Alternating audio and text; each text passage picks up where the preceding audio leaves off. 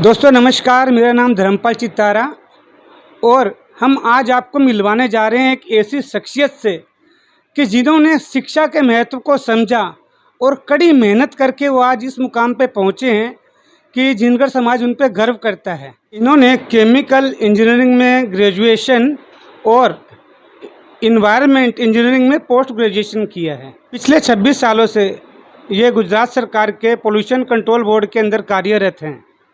इनकी प्रतिष्ठा, काम के प्रति इनकी लगन और इनकी मेहनत को देखते हुए भारत सरकार ने 2003 और 2014 में इनको एक डेलीगेशन के साथ ऑस्ट्रेलिया, नॉर्वे और स्वीडन भी भेजा। तो चलिए दोस्तों, आज हम आपकी मुलाकात करवाते हैं श्री मनीष जी गणपत जी बायड से और जानते हैं उनकी कहानी, उनकी ही जुबानी। धन्यवाद धर्मपाल जी, बजरंग जी, चितारा। पहले तो मैं आपका शुक्रिया अदा करना चाहूँगा कि आपने एक मीडिया मार्फत ये जिनगर दर्शन की एक शुरुआत करी है, जिसमें राज्य में कोई प्रतिष्ठित हो या कोई अच्छी सी जिनगर समाज द्वारा कार्यवाही की जा रही है, उसको आप मीडिया के मार्फत सबको प्रचलित कर रहे हैं। वो बहुत ही अच्छी कार्यवाही करने जा रहे हैं, जिससे सारे जिनगर समाज को न कि एक समाचार संदेश मिलेगा, पर साथ साथ में जिनगर समाज को इस तरह का काम करने की एक लगन और उन्हें मेहनत करने की जिज्ञासा होगी, ताकि एक उनको आने वाले समय में एक सफलता का एक संदेश जा सकता है। मनीष जी, आप आज ज़िंदगी के जिस मुकाम पे हैं और जिस स्टेज पे हैं उसमें शिक्षा का काफ़ी महत्व रहा है, लेकिन मैं देख रहा हूँ कि समाज के अंदर शिक्षा के प्रति इतनी जागरूकता नहीं है। उसके बारे में आपके क्या विचार हैं? आपने शुरुआत बहुत ही अच्छी करी है कि अपनी ज़िंदगी में शिक्षा का बहुत ही महत्व होना ज़रूरी है। शिक्षा जो हमें ज़िंदगी में सफलता भी देती है, और उसके बारे में आपको मैं कहना चाहूँगा कि बेहतर शिक्षा सभी के लिए जीवन में आगे बढ़ने के लिए बहुत ही ज़रूरी है और आवश्यक है। शिक्षा की अपने स्कूल की शिक्षा अपने ज़िंदगी में सबसे पहले बेहतर महान भूमिका निभाती है। शुरुआत की शिक्षा जो बोले कि जैसे प्राथमिक शिक्षा, फिर बाद में माध्यमिक शिक्षा, उसके बाद में उच्चतर माध्यमिक की शिक्षा, ऐसा उस सब का विशेष महत्व देना जरूरी है। विद्या एक ऐसा धन है जिसको कोई चुरा नहीं सकता। जितनी विद्या आप लोगे उतनी आपकी बढ़ती जाएगी और एक वो आपको और सफलता मिलती रहेगी, जिसको बांटने से कम नहीं होती है, पर आपकी बढ़ेगी। सभी सदस्यों को और जिनगर समाज को जिस तरह से हाल में अपने राज्य में शिक्षा की जो कमी है, शिक्षा के जो मन से वो लगाव होता नहीं है, लेते नहीं है, तो उसके बारे में मैं कहना चाहूँगा कि सब लोग अपना शिक्षा का पूरी उसको अपनाएं। तो इस शिक्षा के बारे में इस जिनगर दर्शन के मीडिया के मार्फत मैं सबको यह कहना चाहूँगा कि राज्य में जो शिक्षा की कमी है, जो शिक्षा में लोगों को लगन नहीं है, वो अपना शिक्षा लेना ज़रूरी है। और शिक्षा अपनी 10वीं कक्षा या 12वीं कक्षा तक नहीं है, लेकिन शिक्षा में आगे और भी पढ़ाई करें, ताकि हमारे आने वाले समय और भी अच्छा रहे और एक अपने जिनगर समाज को एक सफलता मिले। तो ये चैनल के मार्फत मैं सबको विनती करूंगा कि शिक्षा को आगे भी लें और सबको बच्चों को सबको पढ़ाएं, ऐसा मेरा अनुमान है। मनीष जी, आपने जैसा बोला कि शिक्षा होनी ज़रूरी है, लेकिन बेसिकली ऐसा देखा जा रहा है कि आर्थिक स्थिति नहीं होने के कारण ड्रॉप आउट रेशियो है। 10वीं 12वीं के बाद बेसिकली लोग अपने बच्चों को स्कूल से छुड़वा कर पैतृक काम धंधों में लगा देते हैं, क्योंकि गरीबी एक मुख्य कारण है। आर्थिक स्थिति नहीं होने के कारण बच्चा इंटेलिजेंट होता है, फिर भी माँ बाप पढ़ा नहीं पाते हैं। तो इस समस्या का निराकरण हम किस तरह से करेंगे? अच्छा पॉइंट उठाया धर्मपाल जी आपने। बिल्कुल सही बात है कि बच्चों में पढ़ाई की लगन होती है, लेकिन आजकल की शिक्षा बहुत महंगी भी है, और महंगी होने की वजह से कि बच्चा वो शायद 10वीं या 12वीं तक ही पढ़ता है, उसके बाद आगे वो पढ़ाई नहीं कर पा रहा है। इस बारे में मैं कहना चाहूँगा कि गुजरात राज्य में वैसे महद अंश से बिजनेस की कामगिरी ज़्यादा होती है।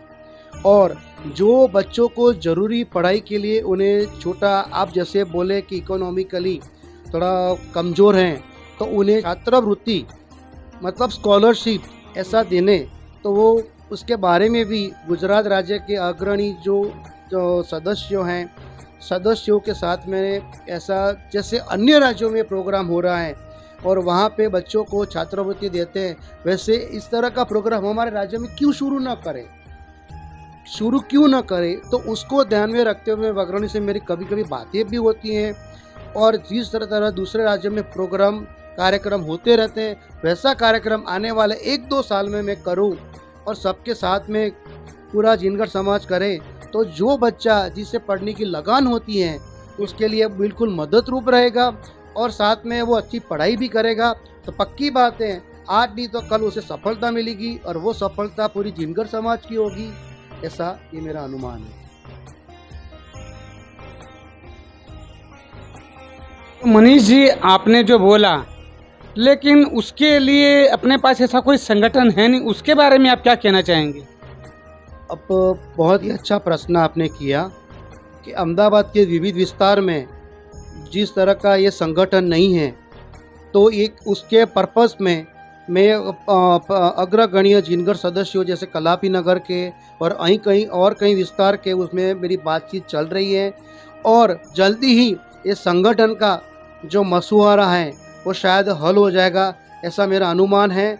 और वो ज़रूरी है क्योंकि आने वाले समय में ये एक हयात कंपटीशन में अगर हमें यूनिटी में रहेंगे तो हम सारी जिनगर समाज के लिए अच्छा रहेगा और अच्छा रहेगा तो पूरे समाज की और सबके लिए सफलता का एक माहौल बना रहेगा।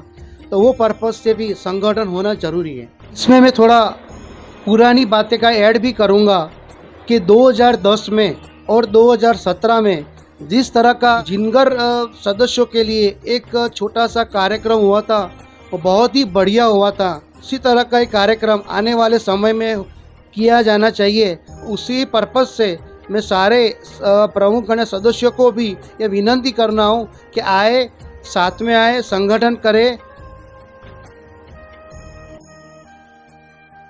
तो मनीष जी, इस चैनल के जरिए आप समाज को कुछ संदेश देना चाहेंगे?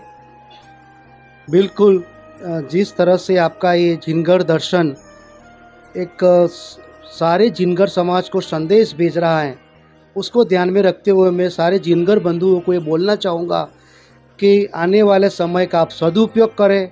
समय इंसान को सफल नहीं बनाता, परंतु समय का सही इस्तेमाल ही इंसान को सफल बनाता है।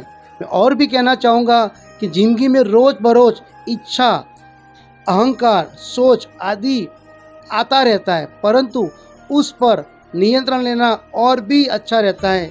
जैसे कि अहंकार से भरा व्यक्ति दूसरों को नीचा दिखाकर प्रसन्न होता है, जबकि संस्कार से भरा व्यक्ति स्वयं झुककर दूसरों को सम्मान देने में आनंदित होता है। उसी तरह सबकी इच्छाएं पूरी नहीं होती तो क्रोध बढ़ता है, पर जब इच्छा पूरी होती है तो लोभ बढ़ता है। इसीलिए हर परिस्थिति में धैर्य रखना एक चाहिए। और अंत में ये भी कहना चाहूँगा कि इंसान को अपने मन में हर पल हर तरह के विचार आते जाते रहते हैं। यह विचार काम के बारे में, क्रोध, मद, मोह, लोभ हर पल चलते रहते हैं, जिसे नियंत्रण करना जरूरी होता है। मतलब कि खुद को बदलो और वक्त को ध्यान में रखते हुए हर वक्त मुस्कुराते रहो। मुस्कुराना सीखो, मुस्कान बांटो, तोड़ने से पहले हमेशा जोड़ना सीखो। खुश रहो और खुश रहो। एक माध्यम से मैं सारे जिंदर बंधुओं को कहना चाहता हूँ। धन्यवाद। Thank you. दोस्तों, आज हमने मनीष जी बारड़ से बात करके उनके जो विचार समाज के प्रति हैं उनको जाना। इन्हीं के बीच आज मनीष जी के धर्मपत्नी, वो भी काफ़ी सुलझी हुई महिला हैं, तो मैं चाहूँगा कि मोनिका मनीष जी बारड़ भी अपने समाज की महिलाओं को कुछ कहना चाहती है तो वो अपने विचार रखें। नमस्कार धर्मपाल जी, मुझे आज बहुत खुशी है कि आपके इस जिनगर दर्शन के चैनल के द्वारा मैं अपने समाज की महिलाओं को जागरूक करने के लिए मुझे एक अवसर मिला है, जिसके लिए मैं आपका बहुत धन्यवाद करती हूँ। मैं अपने समाज की महिलाओं के लिए जो इन्होंने एक कदम उठाया है कि उनको जागरूक करने के लिए हमें एक संगठन की जो ज़रूरत है, जो कि महिलाओं के लिए बहुत ही ज़रूरी है। शिक्षा का क्षेत्र महिलाओं के लिए बहुत ज़रूरी है हमारे समाज में, जो कि इसकी कमी है।